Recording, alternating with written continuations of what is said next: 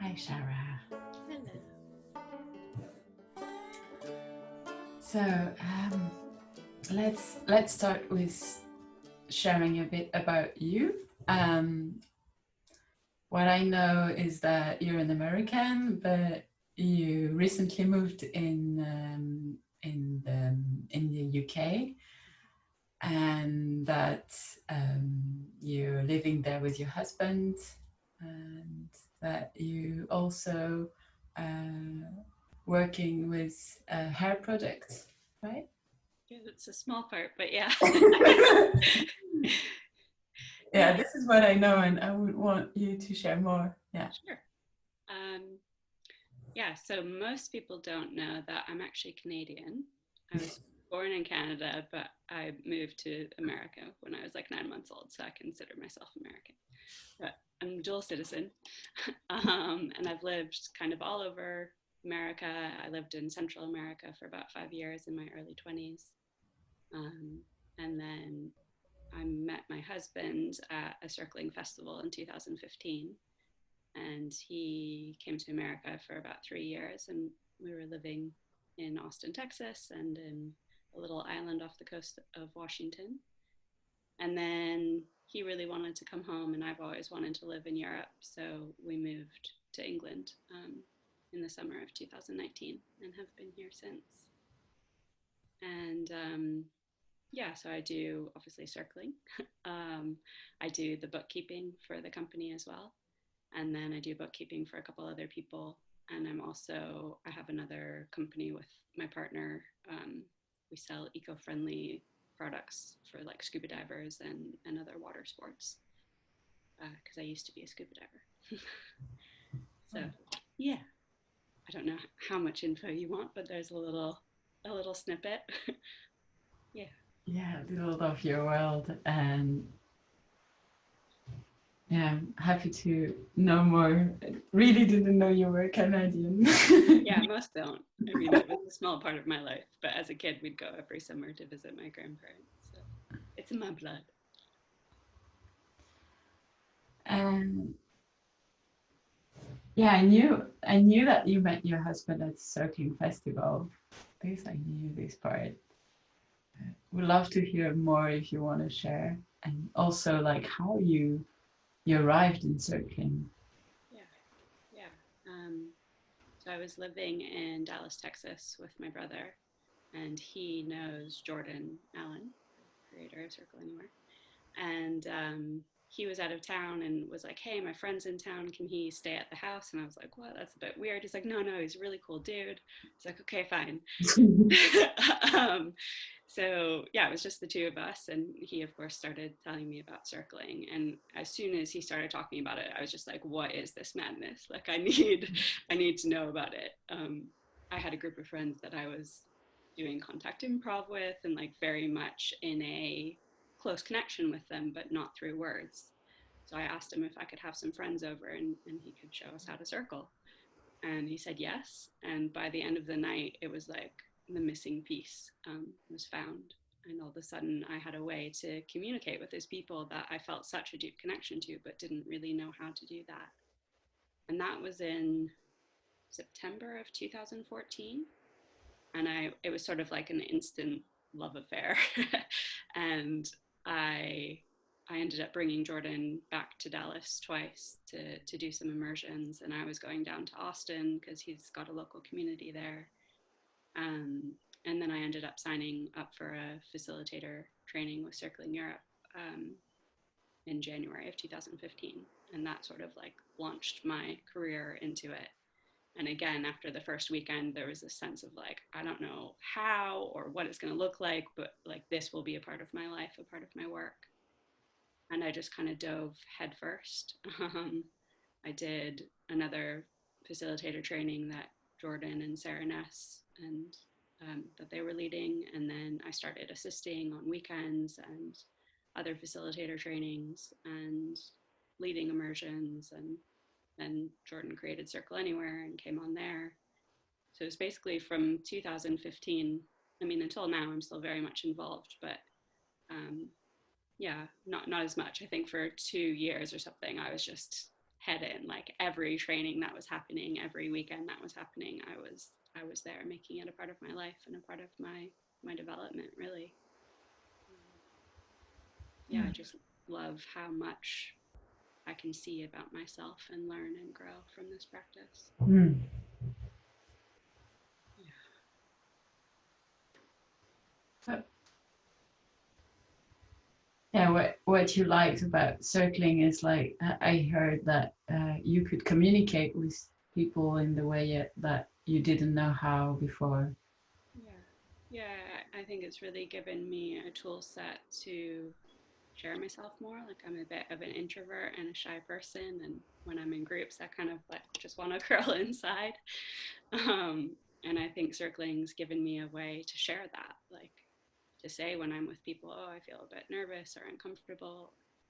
Um, yeah, a way to connect more deeply. I think one of the biggest things is really to be able to stay in like the discomfort and the uncertainty. That's always been an area like pre-circling where it was like eject myself as quickly as possible. Um, Whereas with circling, it was like, oh, I can stay in these uncomfortable situations and I can handle conflict. Like, it doesn't mean I've done something wrong or I'm bad. Like, I can actually stay here and just be in connection and dialogue with the person. Um, and yeah, uncertainty, I think, is one of the biggest things that I've gained of like being okay in that. When like everything's upside down and I have no clue what's coming next. I think circling has trained me to, yeah, to be okay in that, to where it comes out in my life where, especially right now with COVID and everything that's happening, and it's like nobody has any clue what's going to happen, and yet there's this inner sort of calmness in me around it. So yeah, I think circling has a massive part to do with that. So you said you started in 2014 and you didn't stop like from No, I don't think I stopped. I mean, 2 years I was like everything. And then I moved in 2016 out of Austin, so that changed it a little bit. But I was still, doing two of the facilitator trainings a year and weekends whenever I was in the same area. So, yeah, I guess when I moved here to England in 2019, I started to slow down with the in person stuff. Um, and now, obviously, it's only online. Um, and yeah, I think my relationship to circling has changed over the years. Like, at the beginning, it was this holy grail that was showing me everything and giving me all of these tools. And now it feels like I've, opened my mind to other practices and other things. And there's not so much of like, I need this to survive. Whereas I think it did feel that way for me at the beginning. Mm. And now, yeah, I still enjoy it, but I think my relationship to it has changed over the years in a healthy way. I was a bit too hardcore at the beginning. Uh, do you have an important memory? Like I'm thinking of your meeting your husband, but maybe you have something else you want to talk about. In circling.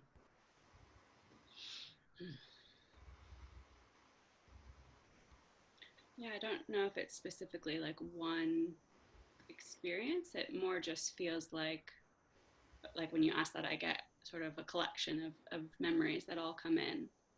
And it feels more like when we were in the facilitator trainings, it's like we're together for 4 days and we're going deep and going hard. And there's something of just being in a space with fellow practitioners that are as invested as I was, and really just wanting to find the truth and wanting to discover, what's happening in them. There's that feeling of like, oh, I'm in the right place, I'm doing the right thing. Um, yeah, sort of like I'm with my team. Yeah, there's just this feeling of like peacefulness that would come over me, and this sense of like, oh I'm where I'm supposed to be. Um, yeah, and the story with how I met my husband is slightly embarrassing, so I don't know if I want to share that. Fabiola was there though. Oh. Yeah. Hmm. Hmm. It was awesome. I'll put it that way. It was instant. We were in a little triad together, and there was just an instant connection, instant spark. That's as much as I'll say.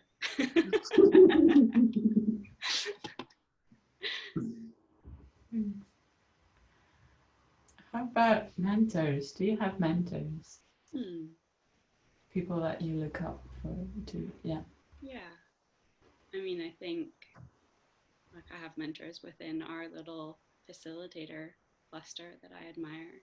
Obviously, Jordan is a big influencer in my life. Like I shadowed him for a lot of the beginning, and he's been there with me through massive things that have happened through circling.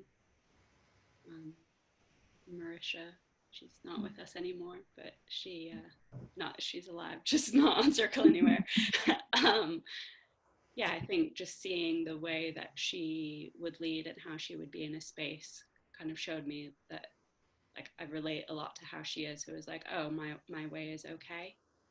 Um, yeah, I felt like I learned that that it was okay to be me through being with her a lot. Mm. And then outside of circling, I have a mentor that I actually have like sessions with every week. His name is Ian Wolstenholme, and yeah, he's helped me a lot as well with just really getting to a place of acceptance of who I am, really getting to to see and be okay with the different parts of my personality and not being hostage to them anymore. Like he's helped me a lot to see that I have a lot of choice where I thought I didn't, who I get to be in the moment. Mm. So yeah, and my husband, obviously, he maybe not obviously, but obviously to me, yeah, he's just an amazing supporter of me, but also will like ask me questions that will have me look at things differently and sort of supports my growth as well. And there's loads more, but I'd say those are probably the biggest influencers, mentors. You, you talked about, was communication with people, growing and showing up, and like now, like the question is choices. But like, what what do you feel like circling brought you as an individual, like, more personally, maybe? Hmm. Um, yeah, I mean, some of what I said, what you were just saying, like my ability to communicate clearer, to be more honest, both with myself and with others. Um, really, just think like more self acceptance. Before I started circling, I had a pretty fierce inner critic, and Mm. like always at myself, and that's really mellowed out over the years of circling and just seeing like I don't have to be perfect, to be accepted, to be loved. Mm. Yeah, it feels like it's just giving me this sort of overall sense of like a better well-being, I guess you could say. Yeah, more okay with my imperfections, with my quirks. Like I don't try to hide those anymore.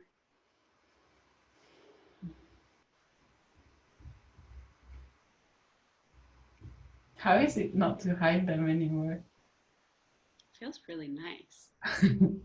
Like I'm still like right, I don't wear makeup anymore, and I'm like slightly self-conscious, like yeah, I have a rash on my face and I'm aware of that, but in general there's this sense of like, oh, I can show that to all these people that I don't know and like not have to worry about them judging me for it.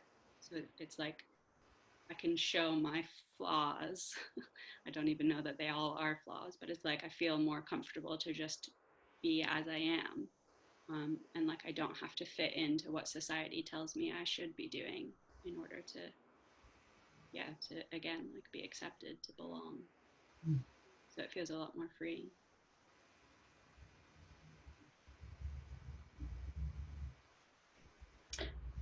What tip or advice would you give to a new circler coming up?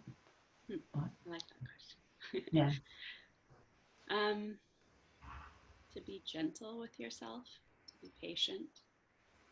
I think this process can reveal a lot to us that we don't necessarily know is there, or can show us wounds and trauma that we're not aware of. So that sense of just like going slow and being gentle and being kind as it all unfolds, and to know that like you don't have to do it right away. Mm. I think when I was in, it was like, oh, I have to jump to the bottom, rip off the band-aid, like get it done immediately. And while that was good in some senses, in other ways it was like, oh, if I had only done that a bit slower, like I'd probably be a bit better now. Like it would feel nicer or something. So yeah, just overall like slow patience, gentleness. Mm. How about something like lately? Do you have something that you're excited to share while you facilitate with participants? Yeah, I think for me, when I'm facilitating, um, yeah, there's a sense of really just having space for people to be as they are. Um, I try, like, as much as I've learned to kind of accept myself in the way that I am, I try to give that to others. Mm. So yeah, where they might like be feeling bad about the way that they're acting or judging themselves or something, it's like to bring in another perspective where, oh, maybe this is one of your defenses, and like it's actually there for a really good reason, and we get to look at why and like what's happening in you. Mm. So yeah, to bring, I think, more of like an evenness and acceptance of what's there. Mm.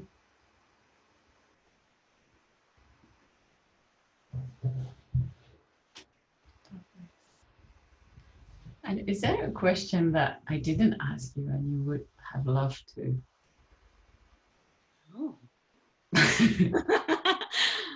uh, well, I have my things, but I think you're talking about a circling question. No. No, okay. Yeah, when Lucy was first coming up with this idea, she had a list of, and was like, oh, like bring something that means something to you. And I have this really weird obsession with sheep, and I don't know what it is or where it's come from, but I love them. So I brought some of my sheep things to show, and I feel slightly embarrassed, but I'm going to do it. I have like a little cushion for my bed, Oh. and they all have different textures on them. This is one of my favorites. This is called a crumpet, and it's a little vacuum that sucks up crumbs, and I call it Sally the sheep. I think I might regret this later. And I've really gotten into cross stitching, and I'm starting to do a multicolored sheep cross stitch. And then I have a doorstop as well. Yeah, I think it's like, can I show part of my playfulness as well? Like I think although I'm shy and introverted, I also have like quite a nerdy, dorky, like goofy, playful side, and it doesn't always come out unless I feel like really safe with who I'm around. But it's starting to come out more just into my everyday interactions. So yeah, it feels important to show that side as well.